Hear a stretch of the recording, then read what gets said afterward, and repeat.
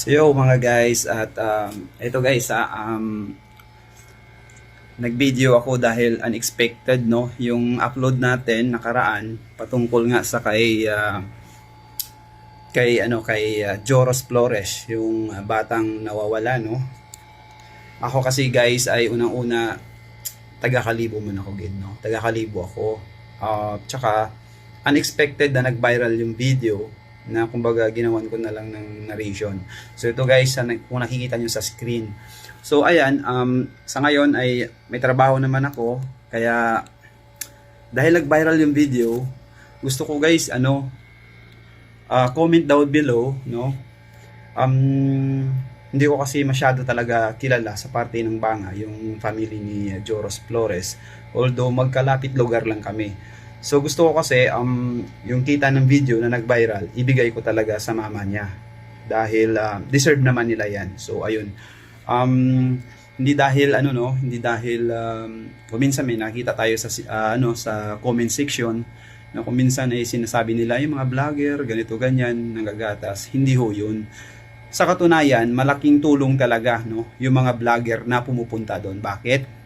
Kasi the moment na mag-viral ang video, kakalat. So makakatulong no, makakatulong yung video. So siyempre yung mga hindi gaya dati, walang social media, ang hirap no, ang hirap hanapin yung mga nawawala. Sa ngayon guys, sa totoo lang, ang dali na. Pero the moment na kung yung hinahanap naman nila wala talaga. So kagaya ni Joros Flores, hindi mo masasabi kung nalunod ba yan, or let's say ayaw ko talaga mag-comment ng hindi maganda. So yung akin lang ay ayan, paki-message ako, yan yung aking sa kahit na lang sa Viber. So sa pinakalas na earning ng videos ko, uli ako, kumbaga magbi-video at ipapakita ko sa viral video patungkol dun kay Joros Flores.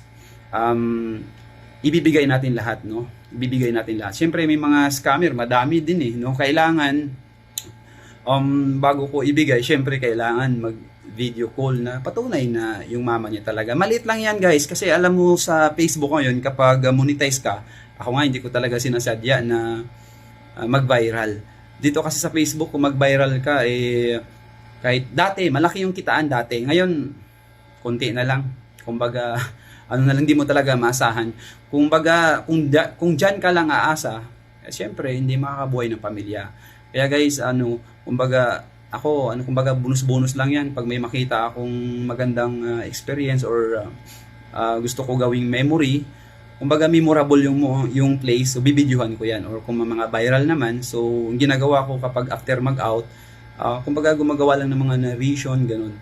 So part lang 'yan ng aking mga kumbaga passion. So guys, please comment down below yung number, or yan yung number ko, i-flash ko sa screen.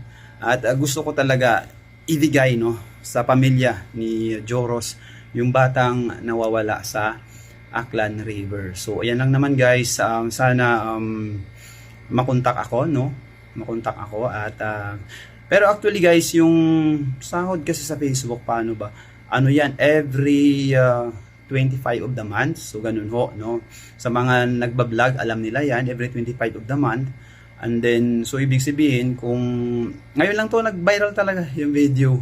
So kapag may views yan, may agad yan, kumbaga may kaakibat nakita. So ayan guys, nakikita nyo naman sa screen, yung kung magkano yung kinita, yan, 1.2 something yata, million views. So yan, yung kinita niya. So depende kasi yan, mababa or mataas, depende no sa mga kung tinapos yung video or hindi. So basta klaro ako guys ha, klaro ako, i-update ko kayo sa last no, na hanggang kuminsan kasi yan, halimbawa pag upload mo, hindi lahat yan kumbaga i-stop lang yan bigla ganun no. Depende kasi yan kay Lolo Mita, tawag nila diyan. Depende sa kanila depende sa kanya or kay Lolo Mets kung yan tawag doon. Kumbaga lalawak pa yung algorithm. So ayan guys, nakadepende yan kay algorithm. So ayan ha, paki-share yung video at sana makontak ko yung mama ni Joros. Ako ay rin, kumbaga sad din talaga. So deserve nyo yung mga nag-viral na video ni Joros ay mapupunta ho sa inyo yung kikitain, kaya don't worry. So ayan lang guys, maraming salamat. Mag-update ako ulit kung magkano yung kinita ng video. Ayan sa screen. Thank you.